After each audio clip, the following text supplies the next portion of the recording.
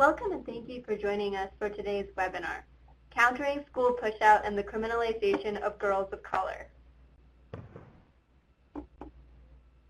My name is Kaya Chilka, and I'm with OJJDP's National Training and Technical Assistance Center, and I would like to take a couple of minutes to discuss a few features of the Adobe Connect webinar platform. For those wishing to download a copy of the PowerPoint slides and other important documents, you may do so by locating the handout pod directly above the chat area. Click on the name of the file and then click the download button. At the end of today's webinar, there will be a Q&A session where presenters will address some of the questions posed during the presentation. Please type your questions into the chat box as they arrive. For those of you participating in today's webinar as a group, please take a minute and help us count. Go to the chat window and type in the total number of additional people in the room with you today. If you're viewing alone, there is no need to type anything into the chat pod at this time. At the conclusion of today's webinar, you will be provided with a link to take a brief survey about today's presentation. You will be able to access the link to the evaluation on the last slide of the PowerPoint. We appreciate your feedback regarding this webinar. Finally, this event will be archived in approximately 3 weeks on OJJDP's online university at www.ojjdpou.org, where you can also check out many of our previous webinars. Again, thank you for joining us today. I will now turn it over to Karen Francis from the National Girls Initiative to begin today's webinar. Okay, again, good afternoon everyone, and welcome to the second webinar in the National Girls Initiative webinar series. Our webinar today again is entitled Countering School Pushout and the Criminalization of Girls of Color. Again, my name is Karen Francis, and I am the co-director of the National Girls Initiative, and I'll also serve as a facilitator for this webinar today.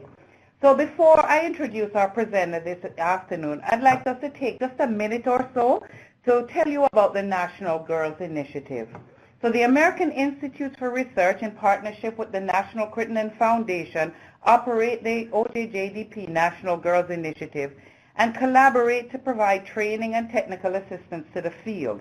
The goals of the National Girls Initiative training and technical assistance are to support the development and capacity building of states, tribal and local girls coalitions, to increase the effectiveness of juvenile justice and related fields to meet the needs of girls in or at risk of entering the system, and third, to ensure that the needs of specific subpopulations of girls, such as young mothers, trafficked, tribal, immigrant, and LGBTQ and crossover girls in juvenile justice system, are not only identified, but their needs are also addressed. So our presenter today is Dr. Monique Morris. And Dr. Morris is an author, an educator, social justice scholar with more than 20 years of experience in the areas of social and economic justice, juvenile justice, and education. She is the co-founder of the National Black Women's Justice Institute, an organization that conducts research, provides technical assistance, engages in public education, and promotes civic and policy engagement to reduce racial and gender disparities in the justice system affecting Black women, girls, and their families.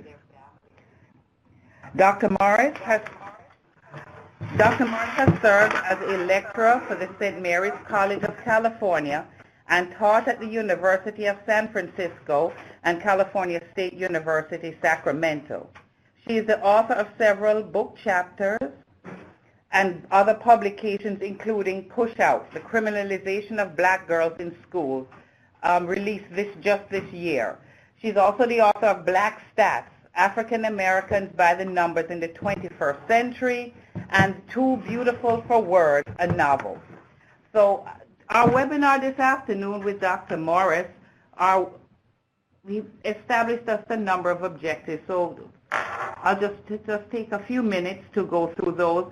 So our webinar objectives today is to learn about the factors that contribute to school pushout and the criminalization of girls of color in schools, to examine the impact of trauma on the behavioral responses of girls, to discuss promising gender-responsive, trauma-informed culturally competent and developmentally appropriate strategies to address school pushout.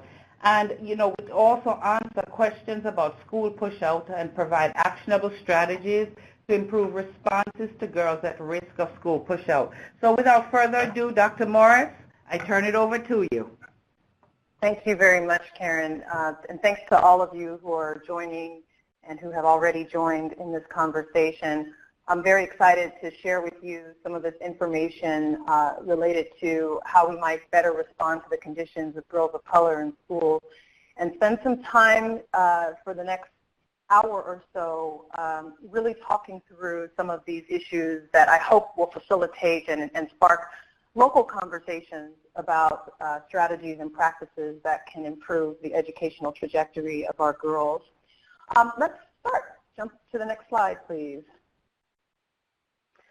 I want to start with an acknowledgement that many of us have experienced or witnessed stories in local media, national media, that give us some indication that girls of color are being impacted by school to confinement pathways.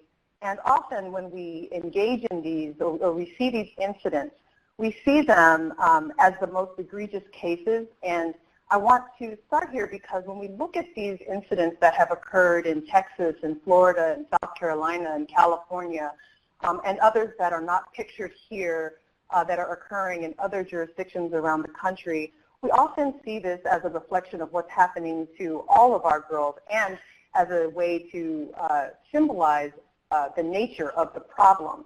And I want to keep in mind that most interactions with law enforcement don't look like this, although they do reflect the experiences of a disproportionately high percentage of black girls and other girls of color, particularly Latina and Native American girls, who do have incidents with police in schools that involve physical force.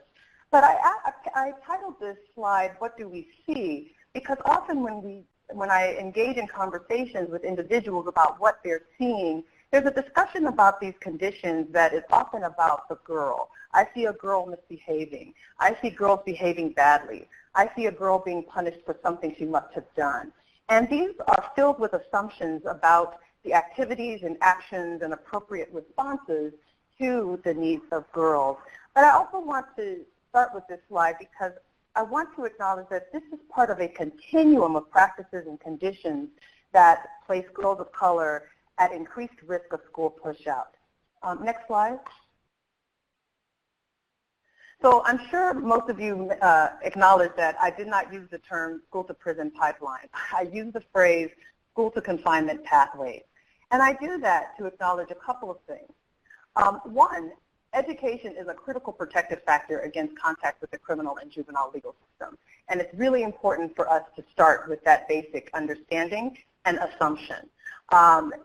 I define the school to confinement, or the set of school to confinement pathways, as the collection of policies, practices, conditions, and the prevailing consciousness that facilitate criminalization within educational environments, and the process by which this criminalization then results in the incarceration of youth and young adults. And I respond to this phenomenon this way because it's important for us to understand that for girls, particularly girls of color, the very linear way in which we present a pipeline analogy, this allows us from really engaging in strategies and practices that can address the multiple ways in which confinement manifests in the lives of girls, and also the ways in which there are multiple pathways that lead them to contact with the justice system. I also want to acknowledge in this conversation about school pushout that this was a phenomenon that was once referred to as dropout, but advocates have reframed this phenomenon to recognize that children just don't decide not to go to school, that there are a set of conditions that push children away from school, and that is embedded in the policies, practices, but also the prevailing consciousness that informs how we engage with girls of color, how we read their behaviors, how we understand the impact of particular practices and policies on their lives in school, and that affects them outside of school in ways that inform their learning and relationships in school and with school. Next slide, please. So when we look at this condition of school pushout, it's often measured in terms of discipline data. The U.S. Department of Education Office of Civil Rights has done a great job of disaggregating data from the 2011-12 years to give us a better sense of how girls of color are being impacted. This slide specifically talks about black girls in school discipline because black girls are the only group of girls who are disproportionately overrepresented in all categories for which data are collected by the U.S. Department of Education. Keep in mind that I recognize many of you are coming from different jurisdictions and this may look different in your particular area, but across the country, black girls are the group that is most affected by school discipline, particularly exclusionary discipline. So we see that black girls are 16% of female students, but they're 45% of at least one out-of-school suspension, 36% of at least one in-school suspension, or girls receiving at least one in-school suspension. Black girls are 42% of girls experiencing corporal punishment, 42% of girls experiencing expulsions with or without educational services.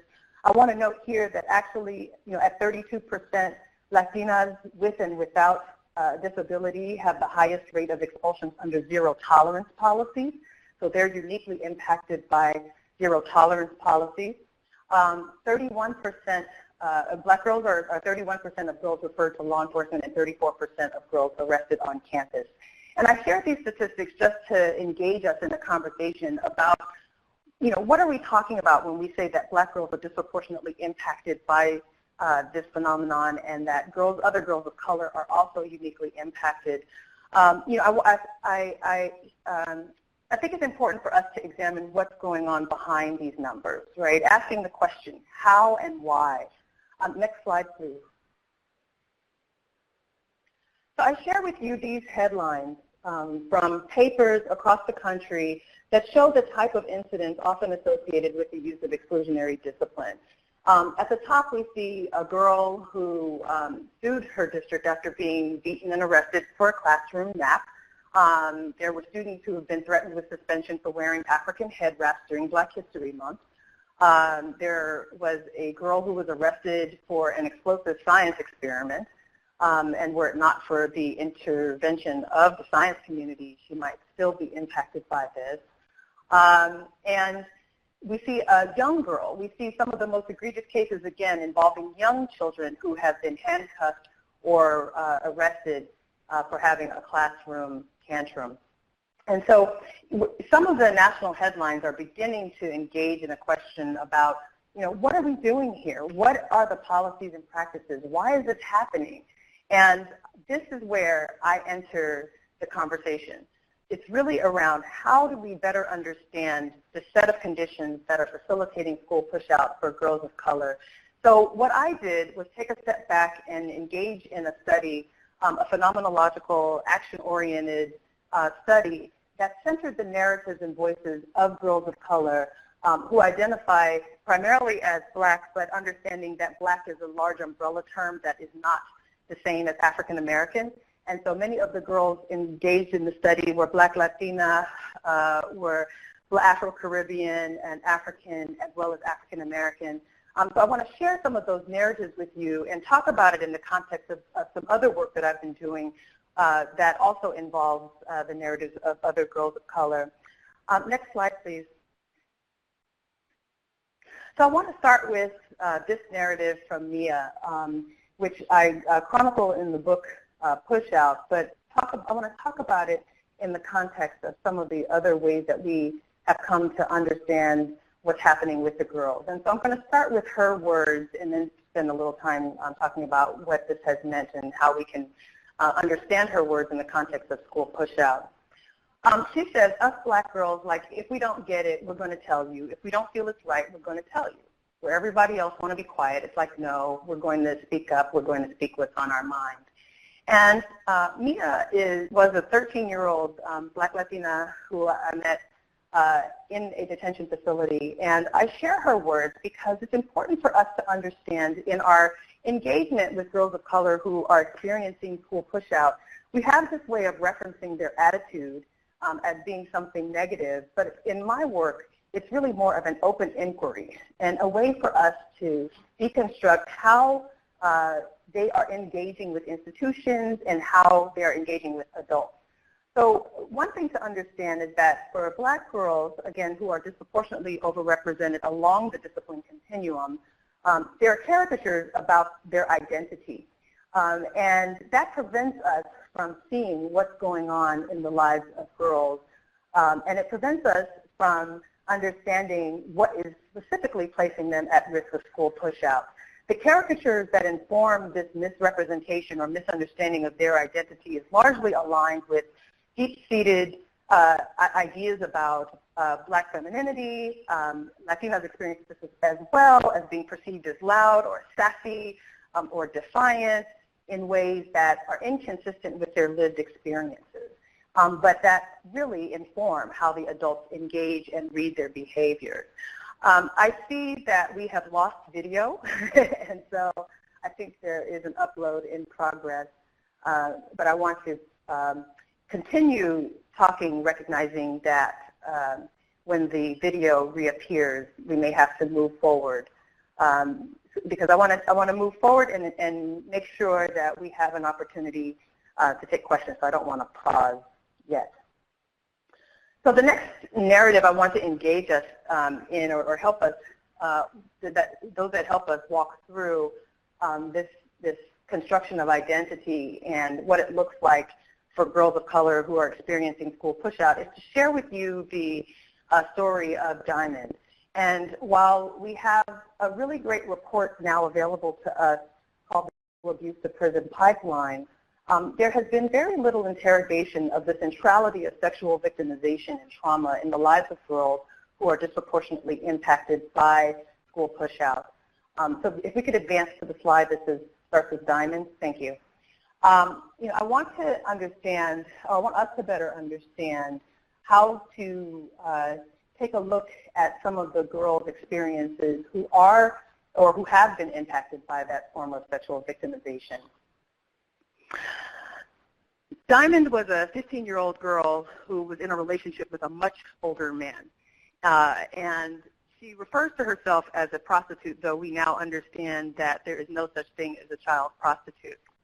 And in this conversation with her, she said to me, when you're a prostitute, because I have been one for a couple of months now, like when you're a prostitute, you've got to stop going to school because prostituting is something that you have to do all day. But you could still go to school for like a couple of months. You could still get your education. That's if he lets you. And I include this here because often when we're talking about school pushout or we're trying to understand the continuum of responses to the oppression that girls are feeling, we often forget that many of these girls, though we capture them as truant in our educational systems or engage them as delinquents with our juvenile legal system, really they are the victims of extreme trauma and sexual abuse. And so we should understand not only the centrality of trauma and abuse in their situations, which affect school performance and attendance, but also the reality that for many of these girls, those who are at high risk of school pushout, it's not even their decision in whether or not they are attending school. That if he lets you is an indication of how little decision-making opportunities there are in this very problematic relationship that affect a disproportionate number of girls of color and a significant number of those girls who are then at highest risk of school pushout and criminalization.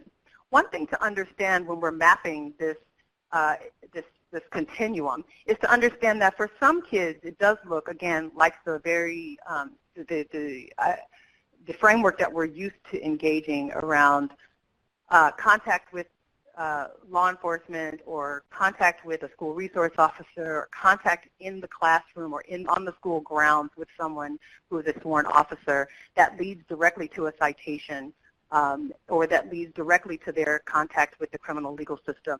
But it's also important to recognize, and this is the multiple pathways part of this work, that for many girls, it's about how we turn them away from school, how we push them away from school that renders them vulnerable to contact with the criminal and juvenile legal system off grounds, off the school campus, that also then leads them into contact with the justice system. So pushing girls away from school renders them vulnerable to participation in underground economies that renders them vulnerable to contact with the criminal and juvenile legal system. And so understanding that relationship between how we approach the centrality of trauma, or how we understand how girls are living under multiple forms of and conditions of oppression, and then acting out in response to that, is really an important part of this discussion about school push-out. So I want to talk, next slide please, about some of the other missed opportunities in our discussions about these issues, and some of the quotes from the girls directly.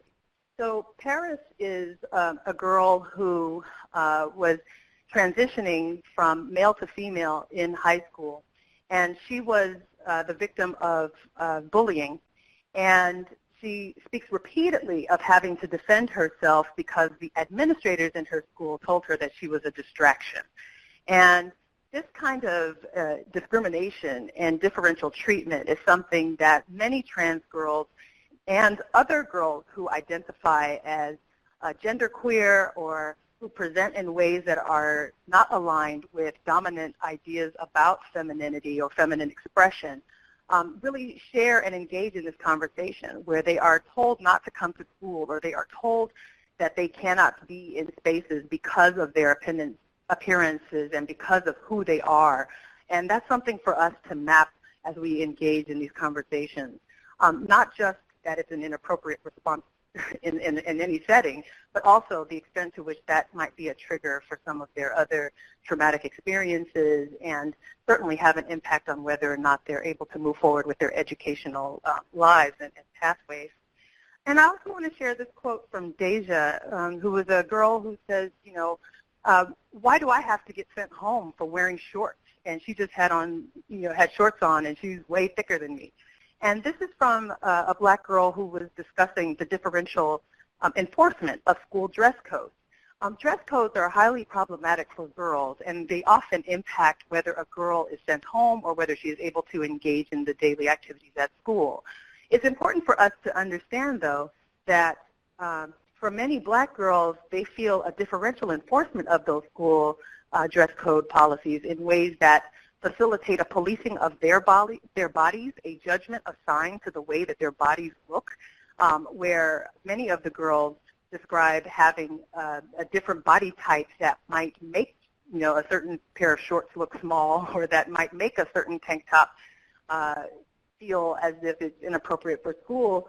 But really what we're doing is policing the bodies and the body types of girls in our conversations with them and in our policies and practices in learning spaces that are not necessarily facilitating safety. And these are the ideas that come directly from girls who have been told that they could not be in school, or have engaged in very critical examinations of how this is, we've come to engage in conversations about identity and practices around safety that really have nothing to do with whether or not there's a physical threat to safety, but more that is more about whether they're adhering to some social norms that have been constructed without them being a participant in those. And then Jennifer is another girl, another Black Latina girl who was talking about her educational experiences while in confinement.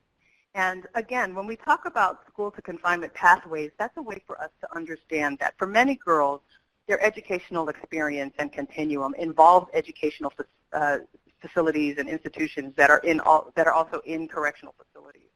And so for her, it was important to uplift that not only is there an increased risk of punishment in association with a misbehavior in class or a perceived misbehavior in class, but that there's often a way in which her learning experience is informed by the adult's perception of her as something other than a child herself.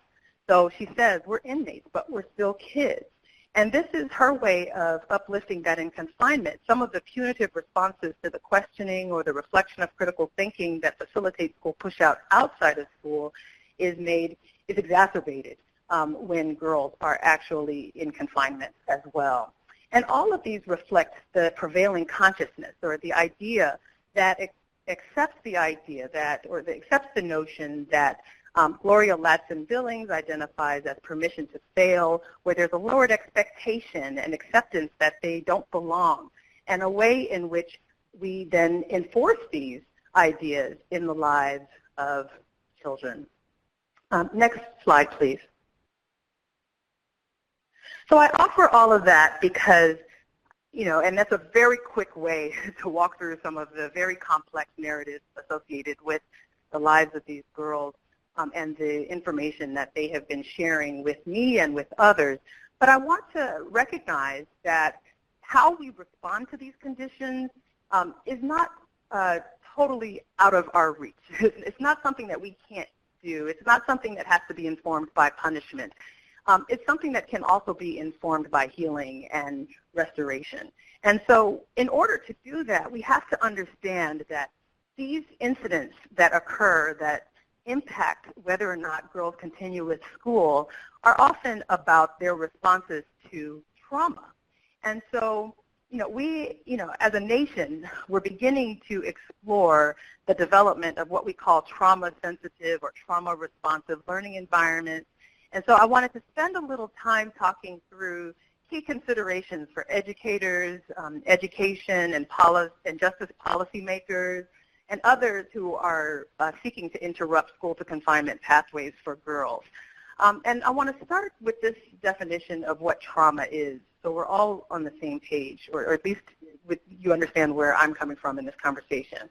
And trauma here is defined as a situation in which the person experienced, witnessed, or was confronted with an event or events that involve actual or threatened death or serious injury, or a threat to the integrity of self or others, and in which there was a response that involved intense fear, helplessness, or horror. Next slide, please. So when we think about what might facilitate this kind of event in the lives of girls, I want to just tick through some of the things that can cause trauma: the neglect, physical abuse, psychological abuse, sexual abuse and violence, sudden death or significant loss, heavy medical situations, serious medical conditions, natural disasters, war and terrorism, certainly refugee situations, but also historical and structural oppression. And this is the one that's typically left off the list when we're talking through what can cause trauma. And it's important when we're talking about the experiences of girls of color.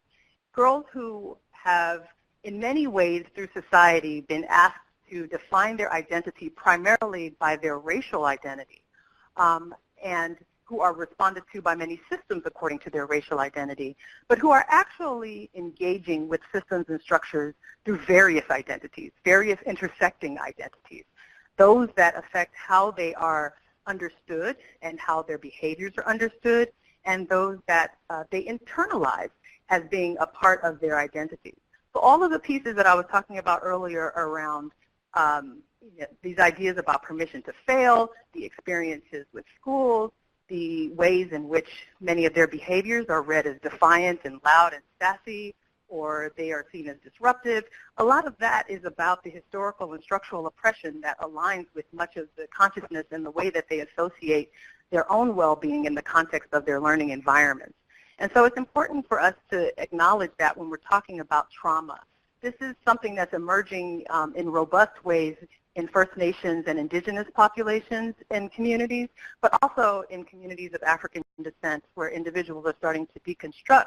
Really, what does this relationship with trauma look like when we're talking about whole populations that have experienced segregated opportunities in schools, or whole populations that have been rendered invisible by dominant structures and curriculum that is supposed to teach them about their worth and engagement and practice in society. And so we cannot have separate conversations when we're talking about this, because the ways in which young people internalize ideas about who they are and how they will succeed really is tied and linked to their knowledge of self and their ability to engage in a very critical analysis of where they fit in this narrative about their behaviors. And it's exacerbated, certainly by these other components and the ability or inability of the adults in their lives to respond to those with a degree of care and with the appropriate interventions. Next slide, please. So I want to talk about the effects of trauma and just share a little more information here about what we have come to understand about the way in which this might manifest in the behaviors of young people, and particularly girls. So we know that there can be internalizing symptoms and externalizing behaviors, that when a child, between the age of 12 and 17 has experienced a trauma, they might show some emotional numbing. They may not respond to certain conditions the way that we might expect. They might have flashbacks and nightmares or confusion. There might be an academic or vocational decline. In the very worst cases, the suicidal thoughts or revenge fantasies, but they also can feel it in their bodies and engage with people accordingly. Fatigue, for example, might be a symptom here. And there are also externalizing behaviors. And the one at the end here, the antisocial behavior, is usually the one that the adults who are charged with intervening in the behaviors of young people focus in on. They focus in on either the aggressive responses or the antisocial behavior, and that's sort of where we leave it, as opposed to really thinking about all the other ways that the behaviors that we characterize as antisocial or that we characterize as aggressive are actually linked to some of the internalizing symptoms around trauma and the ways in which they are responding to the oppression and the trauma that they've experienced in their lives. The conflicts with school, the conflicts with adults, the conflicts with each other, these are all components of this. And I share this with you because it's important for us to read the behaviors as symptoms of trauma and exposure to violence, as opposed to just seeing it as something that is innately a characteristic of their person. Next slide, please. So I want to just share with you also a little bit more about the behavioral responses to trauma and talk through some of these in the context of the work that I've been doing. So the child, may appear guarded, defensive, or angry. In much of the conversations about responses to sexual violence and victimization, particularly for girls of color and young women of color, they will say, yes, I am angry. Right? They will acknowledge being angry, but understanding that their anger is tied to the neglect, the absence of response to what has occurred in their lives, the way in which there has been sort of a systematic refusal to really respond in culturally competent, responsive ways to their conditions. And so, they may be difficult to redirect. They may dismiss support because they either believe that the person who's offering the support is not able to actually provide the kind of support they need, or they might be responding to some of the social norms in communities that tell folks that they can't share freely. There's sort of we're probably all familiar with the what happens in Vegas stays in Vegas, I guess public meme and identity around Las Vegas. But in many families, the abuse and other forms of victimization that occur in the lives of girls is really about saying what happens in our family stays in our family. So it doesn't allow for young people to really reach out and provide opportunities for young people to at least offer without some probing or without some care, what's going on so that a child can get the type of interventions that she or he needs. There may be reactivity. That reactivity may be more frequent, more intense, and last longer than those who've been unaffected by trauma. And there may be emotional outbursts that often appear to be in response to what might appear to us as unimportant events, but have a deep impact on the lives of some of these young people. So I want to share with you, I want to pause there and share with you a story that I include in Pushout related to this, and talk a little bit about how this, can be a trigger for girls. And we might see this happen in class a lot, where there might be an outburst and an educator may be saying, where is this coming from? But really, what we wanted to see is, something different. So there was a case in a Northern California school where I visited and talked to, or I was doing an observation, a classroom observation, and a young girl was just about to start, and she was being brought into the classroom, and someone, one of the teachers kept calling her by the wrong name. And for many girls of color, calling them out of their name or not taking the time to learn their name can be a trigger. And it may not seem like a big deal, but for them, it is a signal of a lack of respect that they deeply internalize based upon the historical ways in which individuals have engaged with them or society has engaged with them. So someone mispronounced her name, and she was beginning to get visibly agitated. And, she finally just, said, "Oh, y'all want to call me every name under the sun? That's not my name." And she gets, kind of upset about it. But then another teacher comes over, and she says, "I'm so sorry," and calms down, and then she tries to interact. And then a second teacher came over and said, "I am really sorry that I mispronounced your name." And she took the time to learn her name, and then she said, "I would like to let you know that I'm saying your name based upon how I understood your name in the part of the region of the country that I'm originally from." And once they had a conversation about the situation, you could see the girl visibly relax, her shoulders relax, and she was able to reintegrate into the classroom with no problem.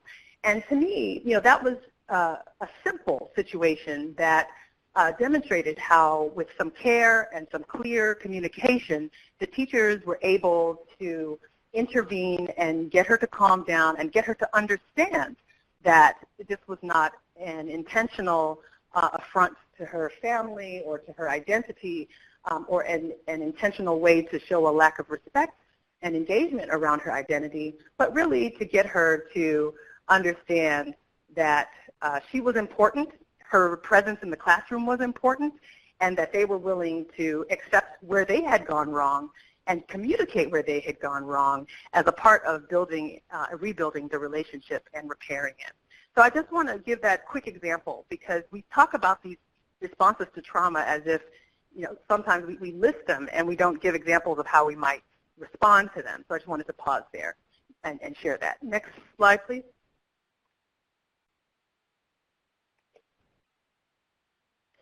So when a child, other behavioral responses to trauma is that, a child may actually lose it and have an outburst, and that there might be threats of harm and physical aggression, and may have difficulty settling down afterwards.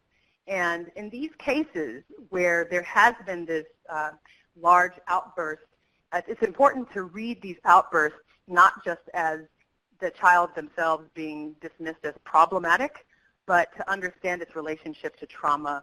And there are, increasing scales that show us the extent to which young people are internalizing some of the abuses and engagements with society and how they then emit behaviors that are inappropriate and offensive as a result. There were a couple of girls in my work that will refer to themselves in a very ongoing manner as problematic. They'll say, "I'm a problem child," or "I've engaged with other professionals who are justice practitioners and who are educators who will say, I don't know what to do with that one there. She's just a problem." And it's important for us to understand that for girls, the responses should really be tied to an understanding of the relationship of their outbursts, the relationship of their meltdowns to trauma and victimization, and then engage appropriately. Next slide, please. I want to move a little more quickly to allow time for questions. The child may tend to hold on to perceived grievances for a long period of time, right? Holding grudges or not taking responsibility for her or his behavior, blaming others. That's another one we see often. And again, these can be worked through as we start to think. Oh, next slide, please. I didn't see it move. But as we start to engage, and I don't know if the slides are progressing on others, but I don't see it moving, so hopefully we can catch up. There we go. Where the child typically may not take responsibility for his or her behavior or blame others. And it's important for us to really see that, again, in response to trauma. Next slide, please. This is one, that I talk about often, and where there has been a body of emerging research around, explicit and implicit bias, where a child may appear to be oppositional or disruptive on purpose, and, she may be perceived as trying to get over or manipulative. There was research that demonstrated that for some probation professionals, they were more likely to see girls as manipulative and try to engage them as such. And, I think this is really important for us to understand, in terms of a behavioral response to trauma and how that then is tied to and reflective, or how we characterize that as reflective of our own explicit and implicit biases. And of other adults who read the behaviors of girls, particularly girls of color, in ways that fail to acknowledge this as a function of trauma. Instead, they're just seen as, again, problematic, manipulative. And this is language that I would hope we can start to move away from, and we can start to understand that this is not about manipulating a situation, that for many of these girls it's been about trying to actively engage in survival. And so what we have to do is teach new tools, and what we have to do is help them understand and name the trauma that they have experienced so that they can really begin a healing process. Especially when we see, among girls, there may be an overly sexualized pattern of behaviors and, a lack of boundaries. And it's important for us, again, not to read these behaviors as hypersexual or read these behaviors as somehow tied to, public memes and associations, implicit or explicit, about their sexuality, but come to understand, responses to trauma as also being something that can manifest through these kinds of behaviors. Next slide, please. So ultimately, this is a question at the center of our work to counter the criminalization that occurs both in schools, because again, if we are not actively keeping girls in schools, we are facilitating or participating in the process of their criminalization and or their rendering of increased risk to criminalization. Whether, we intentionally do so or not, it's important for us to examine these policies and practices that can facilitate a push-out of girls of color and ultimately their criminalization. So let's talk a bit now about how we begin to prevent this from occurring. And this is something, next slide please, that I think is important for us to begin to explore. Here are a set of conditions, approaches, strategies, for us to begin to think through how we interrupt some of these cycles and how we respond to or begin the process of responding to the conditions that criminalize girls of color.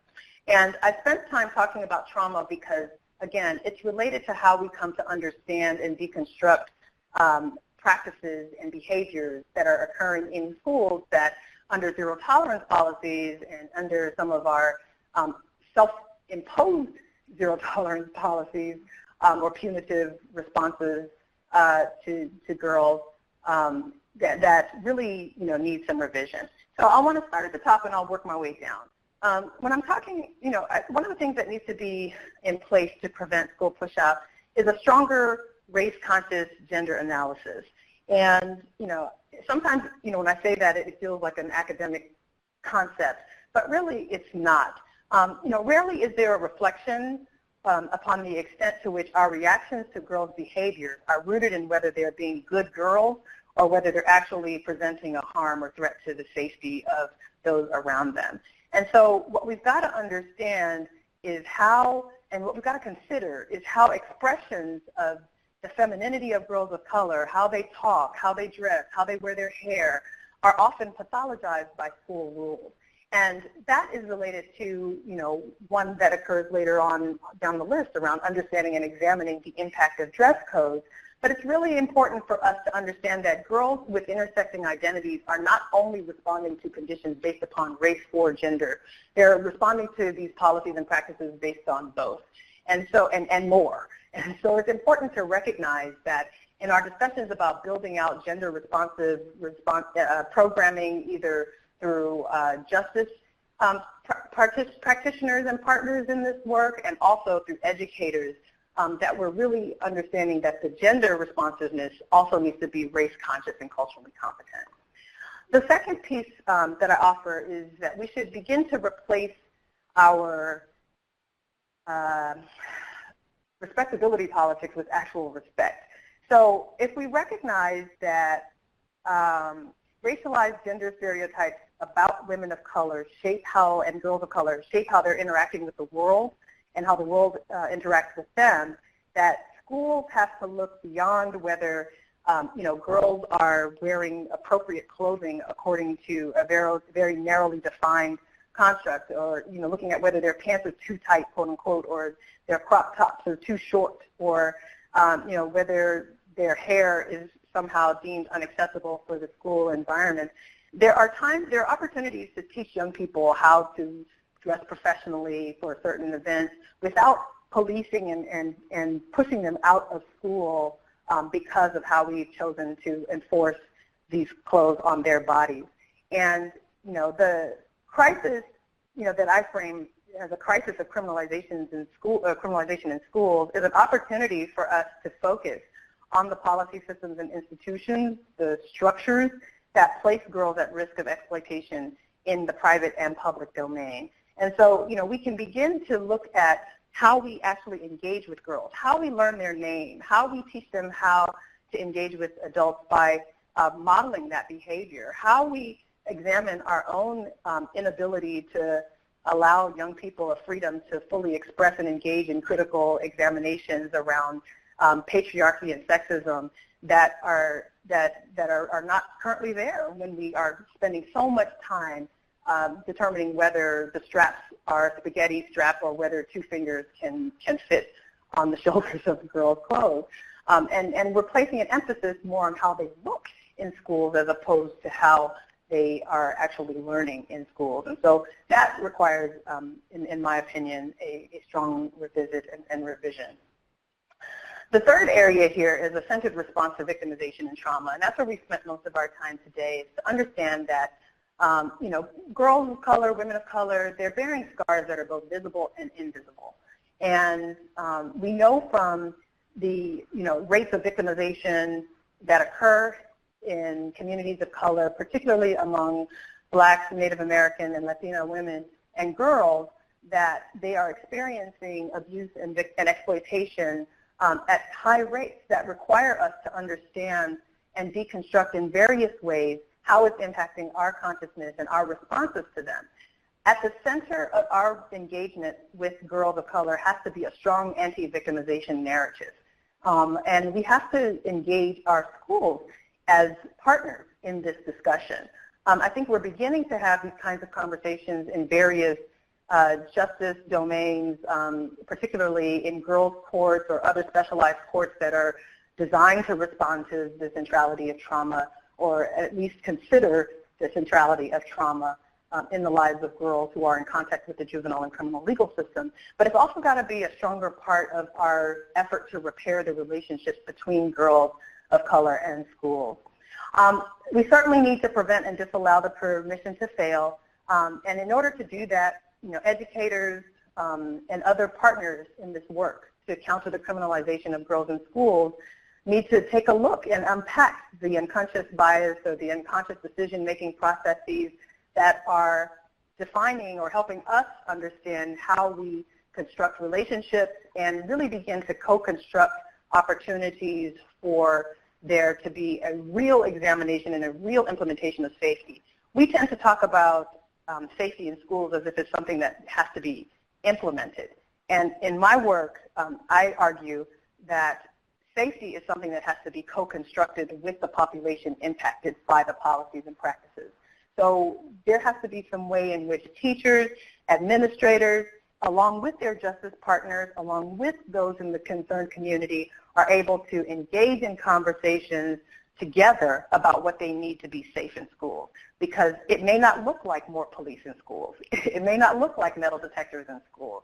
It may not look like security in schools or security cameras in schools. Or it may. It really depends on how we're going to engage and talk to girls and engage them in this process. And so I think it's important for us to do that. I already talked about understanding and examining the impact of dress codes, but the one thing I will add there, particularly for Black girls, is that there has to be an examination of those policies that unfairly target Black girls or facilitate their objectification, particularly those dress codes that turn girls away from school for wearing hairstyles that are associated with historical representations of African identity, such as dreadlocks or braids or afros. Policies that explicitly state that those cannot be worn in schools should be revised. So moving on to engaging in practices that facilitate healing opportunities for Black and Latina girls, and talking to girls and boys about constructs of race, identity, and safety, we have to understand that a trauma-informed practice understands, right, that for a person who has experienced a severe or extremely harmful event or series of events is going to have some reactions, that there may be conditions and triggers for her in a way that require us to think through how to have appropriate therapists on hand, how to train teachers to examine this behavior and to engage with a young person with love as opposed to with punishment, and that we've got to, that developing a trauma-informed learning environment provides considerations for those triggers and offers protections for girls in ways that can work with them, not further against them, or in ways that can facilitate harm. So in the instances of time, let's move to the next slide, please. So when I talk about repairing relationships with school, I want to acknowledge that in much of my work, there has been an active engagement in the development of restorative or healing responsive framework for girls. And that, to me, is a critical piece of how we want to engage with our girls. So, this slide here talks through or ticks through, how I believe we might cultivate a quality learning environment for girls, one that protects them against violence and victimization, one that engages them in proactive discussions about healthy, intimate relationships, one that is about facilitating strong student-teacher relationships, and engages in school-based wraparound services, and where there's an increased focus on learning and a reduced emphasis on discipline and surveillance. And for girls, again, who have been in contact with the juvenile legal system, that there is a seamless credit recovery process between alternative schools and traditional district and community schools in a way that can help to facilitate their healing. But there are also really 4 core ways in which I want us to think about this work. One, looking at healing-informed responses to problematic student behavior, so that there are school-based restorative opportunities or healing work that can occur, bridge programs for girls with delinquency histories, again, a co-construction of discipline policies with the girls who are impacted by them, engaging in partnerships between schools and service providers in a way that the problematic student behavior can actually be remedied as opposed to just removed from school. Healing-informed classrooms and schools are also a part of this, where there's emotional counseling in place, recess. There are many schools, again, throughout the country that do not offer recess or breaks for girls, and they need that. All children need that playtime. Student enrichment services and communication, and a proactive, way in which we can engage education as a tool for social justice, particularly in response to the historical trauma experienced by girls of color that can manifest as disinterest in curriculum or be perceived as disruptive behaviors in class if there are active engagements in critical thinking and responses to curriculum and material that they want to question and engage. There's college and career pathways. For many girls who are at highest risk of school pushout, and particularly girls who have experienced commercial sexual exploitation and victimization, they need to know how their education is tied to their career goals later in life. And so an active way of engaging in counseling and consultation and bringing in guest speakers with diverse professional and life experiences, developing special internships, and school-based opportunities for girls of color to lead on campus are critical here in helping to facilitate some of the college and career pathways. My organization has partnered in the Bay Area with several other nonprofits and our local education system to launch a pilot educational reentry program that is looking at bringing these components together. And absolutely at the center of it is moving away from our construct of school to prison, anything, or confinement, or school to confinement, anything, but really looking at how we move from confinement and criminalization and victimization to college for our girls, or how we really build out opportunities for them to advance their career objectives. And that's where we get into developing responsive and de-biased learning, where there's an integration of arts and culture in the learning such that it is competent, that it is really focused on developing or reducing the implicit bias among adults, but also the internalized bias and the internalized oppression and conditions that girls are experiencing and manifesting in their school and learning environment. And so it's important for us, to think through all of these components and recognize that at the end of the day, we have an hour to talk through a very complex issue, but that I'm hopeful that this will launch a series of more robust engagements and questioning at the local level to explore how policies and practices are uniquely impacting girls of color, how girls of color are receiving or on the receiving end of assumptions that are being made about their conditions, and how organizations, systems, and policies can create an environment that is most conducive to the healthy development of these girls, rather than thinking about more ways to remove them from schools. Our ultimate goal, in my opinion, is to keep girls in schools, and all of the research tells us that girls are least likely to engage in behaviors and in practices that render them vulnerable to contact with the criminal and juvenile legal system if they have an education and they have other opportunities for them to engage. And so it's really important for us to lead with love in that way, to construct our responses to children and girls in a way that is most responsive to their lived experiences as we can be. So I guess the next slide just shows my contact information. If you want to reach out to me, I think we're going to take a few questions. There's a resource slide after that, so you can look at where some of the resources were. And then I guess we're going to open it up. Okay. Well, thank you so much, Monique, for that presentation. So I think we probably, if I'm looking at the time, we probably have, time for probably, one or two questions. So the first question is, can you please share your thoughts about the school resource officers in terms of the impact that they have on school pushout? Yes, actually in partnership, NBWJI is in partnership with the Georgetown Law Center on Poverty and Inequality now exploring that very question, looking at the relationship between school resource officers and girls of color. I think it's important to note that very little exists to really examine the impact of SROs on girls of color and their work. And so we're in the process of developing a research project and really moving forward with conversations that are constructed, co-constructed. I use that word a lot, but I try to practice it in all of my work. What we know about SROs and the presence of school resource officers in schools is that their presence has increased the number of citations that happen in schools, and that these citations sometimes are related to interrupting violent acts, but they're also related to citations, or the citations are also related to some of the practices that place children in contact with the juvenile legal system or the criminal legal system when they didn't necessarily need to be there.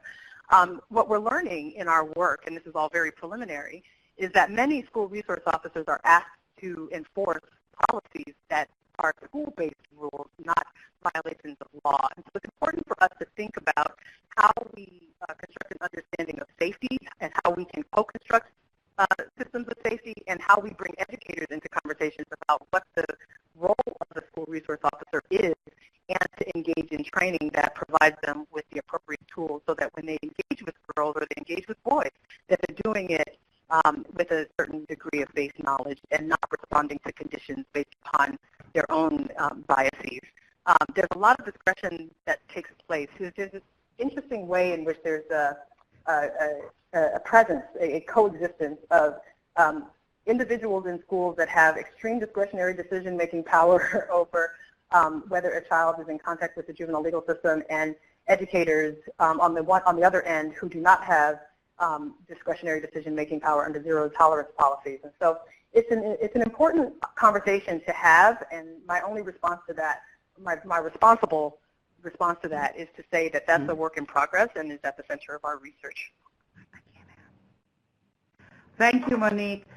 So I'm looking at the time, and we're almost a minute over, but just, one last question I wanted to ask you, Monique, and then also to let all of our participants know that, we have been monitoring the chat as well as some of the questions that have been posed.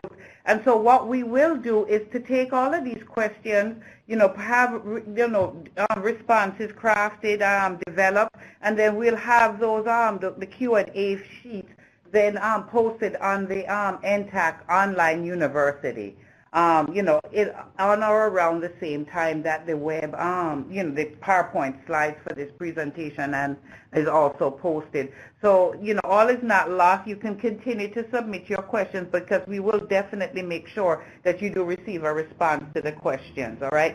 So, Monique, before I say thank you, I'm sitting down here, and in front of me is your book, Pushout, The Criminalization of Black Girls in Schools. And, I'd like to ask you if there is one takeaway that you'd like for those of us who are working with girls across this country to take from that book, from your book, what would it be?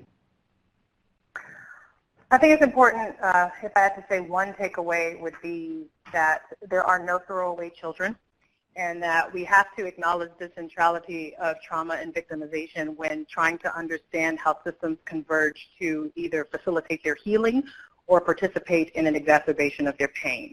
And so I think there's a critical way that we can engage as the extended community of educators, justice stakeholders, and just concerned adults to actively seek to interrupt the root causes of criminalization and contact with the juvenile legal system and criminal legal system, as opposed to just think about it as something that we can't touch.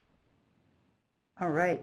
Well, Dr. Monique Morris, thank you so much for spending an hour with us this afternoon to talk with us about the criminalization of girls of color in schools and what we can do about that. Thank you so much.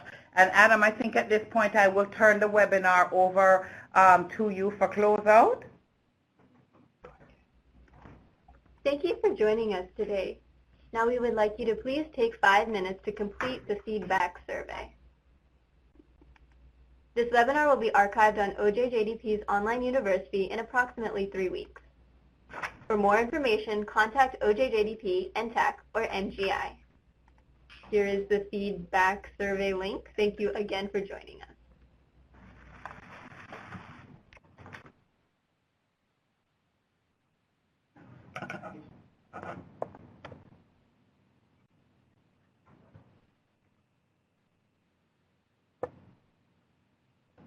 The host has left the meeting, so at this time, the meeting will come to an end. Thank you, and goodbye.